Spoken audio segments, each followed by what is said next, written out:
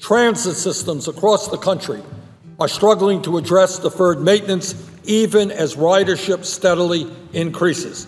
People want to take advantage of transit, get to work in transit, and yet the transit authorities are deferring maintenance because of limited funds. Meanwhile, 45% of American households lack any meaningful access to transit, which is a huge problem in rural areas across the country, including the state of Vermont. You live in Vermont and you live in a rural area, if you're aging in place or you're without a vehicle, it's critical that you have Vermont public transportation to rely on, because that gets you access to your daily needs, medical appointments, and any place you really need to go. And it's really a critical thing when you live in a very rural area where it's limited. In a large city, and there are none in Vermont, they have bus service. But when you go in rural America, there isn't. And that's what we're talking about. And how do you reach that last mile? You can't send a giant bus out there to pick Aunt Sally up in the middle of nowhere. So how does she get to her doctor here in Burlington? How does she go shopping?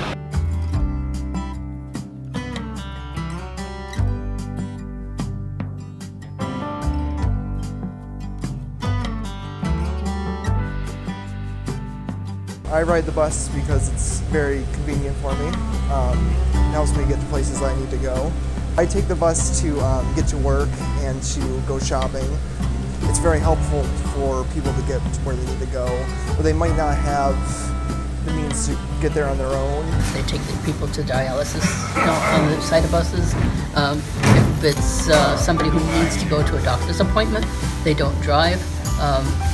They call up, give them a day's notice or whatever. They send volunteer drivers to take them to the hospital or to doctor's appointments and back. Otherwise, a lot of people would be stranded in their homes with no way to get anywhere.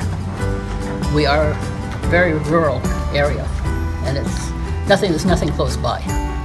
From where we are, it's a good 45-minute ride. From Isle say, to St. Albans, if you have to go to the doctors or have to go to the hospitals. You're not going to walk. So it is very beneficial to us up here.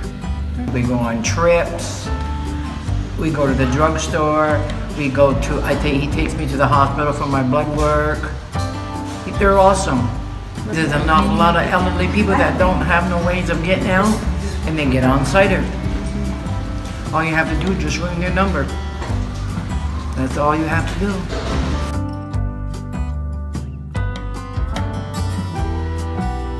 Public transportation changes the lives of Vermonters every day. Vermonters have all of these needs, and in rural areas they have even more need because people age in home, which is a more cost-effective way of living and a more dynamic way of living, a more vital way of living. And without public transportation, people can't live in those places and get to the things that they need.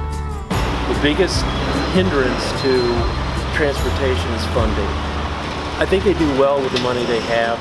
They definitely could use more money to improve transportation, not only the roads, but mass transportation.